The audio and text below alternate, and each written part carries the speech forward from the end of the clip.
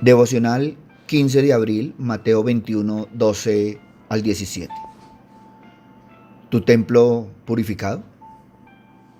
Admiro la manera frontal de tratar este asunto por parte de Jesús.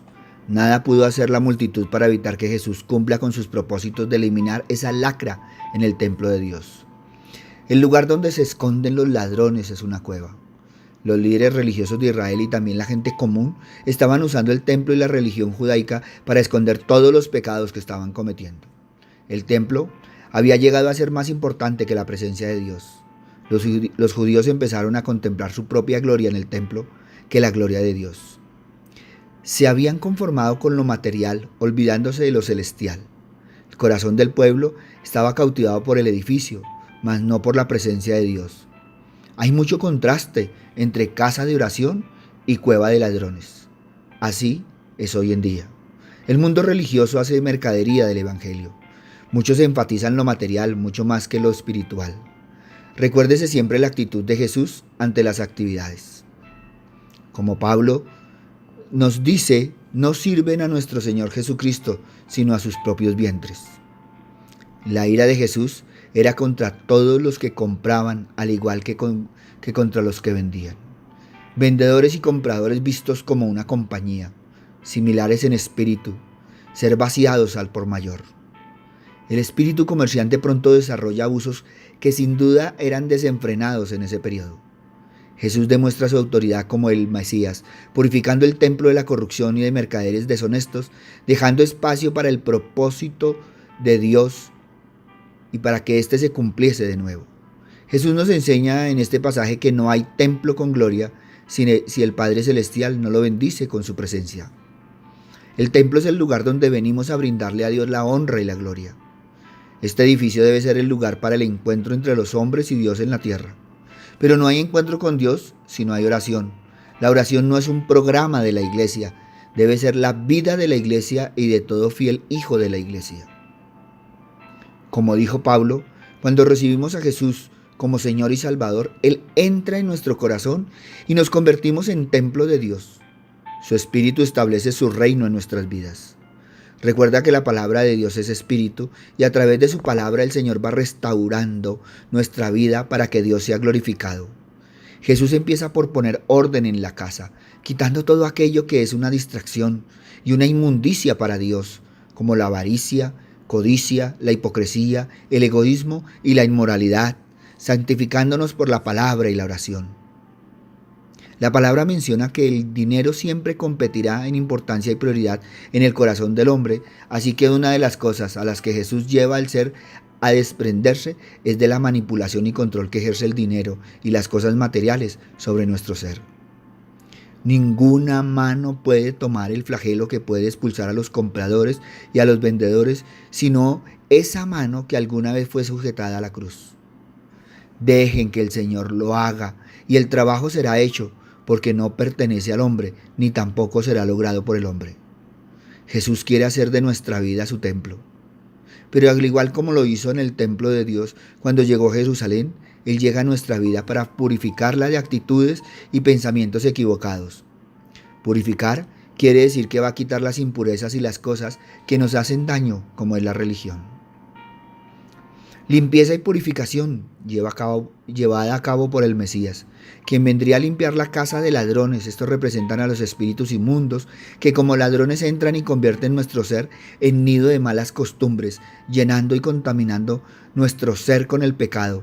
Así que Jesús vino para sanarnos y limpiarnos de la contaminación que este mundo nos había dejado impregnada en nuestro ser. El templo del Señor, nuestro cuerpo, ha de estar destinado a la oración, y hemos de cuidarlo con la reverencia que demanda. No puede ni debe ser objeto de los mercaderes que terminan por explotarlo y lastimarlo. ¿Será que si Jesús nos examina, qué podrá encontrar? ¿Casa de oración o cueva de ladrones? Una vez que el templo fue purificado, sucedió algo muy interesante. Ahora el atrio de los gentiles estaba cumpliendo con el papel que Dios siempre tuvo en mente. La atrevida acción de Jesús cuando expulsó a los comerciantes y a los cambistas de los patios del templo no desalentó a los necesitados de venir a Él. Hasta allá podían llegar los cojos y los ciegos. Observes el contraste entre lo que Jesús hace en el templo y lo que los mercaderes hacen en el templo. Y viendo fe en el pueblo, se acercaron ciegos y cojos para recibir libertad de la opresión de la enfermedad. En ese lugar, Jesús los sanó para dar un poderoso testimonio al mundo en cuanto al Dios de Israel. Jesús demostró que la casa de Dios no solo es casa de oración, sino también casa de refugio, de restauración, de milagros, de reconciliación, y eventualmente después de su resurrección, su nueva casa, su iglesia compuesta de cada creyente y discípulo, sería también la casa de salvación y de buenas nuevas. Jesús demostró su poder sanando a los enfermos y abrió las puertas a aquellos que eran excluidos del santuario y considerados inmundos por los líderes religiosos. Jesús vino por los enfermos, por los pobres de recurso y de espíritu, por los necesitados, por pecadores, y por ellos también abre la iglesia sus puertas. El reino de Dios significa salud para los enfermos. A los ciegos les vuelve su vista como una visión transformada, visión del reino, y a los cojos les pone sobre sus pies para que caminen los senderos de Dios por la senda angosta que lleva a la vida eterna. El pasaje nos señala que cuando escucharon las personas necesitadas que Jesús estaba en el templo, vinieron a Él. Las personas se acercaron no al templo, sino al Cristo que encontraron en el templo. Había un motivo para ir al templo: encontrarse con Cristo. Estas personas fueron sanadas. Jesús las tocó. La presencia de Cristo transforma todo ambiente, toda vida, toda iglesia que reconozca su necesidad de venir a Él. El templo es el lugar para que las personas se acerquen a Cristo. Este es el énfasis evangelístico que debe tener un templo donde se encuentra Cristo. La iglesia verdadera y fiel es aquella en donde Cristo tiene un lugar en las vidas de quienes la componen. Jesús tocó dos cosas importantes para los principales sacerdotes y los escribas. Tocó sus bolsillos y su orgullo. La hipocresía de los líderes religiosos es evidente. La codicia y el robo en el templo no les molestaba, pero la alabanza a Jesús sí. Con toda hipocresía condenaron lo que debían aprobar y aprobaron lo que debían condenado: la práctica de los mercaderes en el templo. Muchas veces la religión impide que veamos aquello que es evidente. Su indignación se tradujo en confrontación. Le confrontaron para saber lo que decía sobre esto, pero Jesús, sabiendo que ellos conocían las Escrituras, les confronta con ellas mismas. Las alabanzas de los niños reconocen a Jesús como el Mesías legítimo de Israel, y haberlo reconocido así en nuestro corazón debemos movernos a una adoración genuina, fervorosa y alegre. Muchas veces no son los más doctos los que notan la presencia de Dios y le alaban, sino aquellos que, siendo como niños de inocencia, brota alabanza al nombre del Señor. No se requieren palabras hermosas para alabarle, solo un corazón dispuesto y que surja de la inocencia interior del hombre. ¿En cuál de los dos grupos se encuentra usted?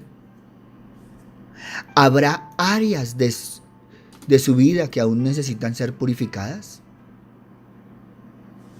¿Estamos sirviendo en el propósito de Dios individualmente y colectivamente como iglesia? Deberíamos examinarnos. Pero también un lugar donde se ora es un lugar en donde nos encontramos con Cristo. Y un lugar en donde nos encontramos con Cristo se convertirá por consecuencia en un lugar de alabanza. ¿Cuánto tiempo habría pasado que no se escuchaban alabanzas en el templo de Dios?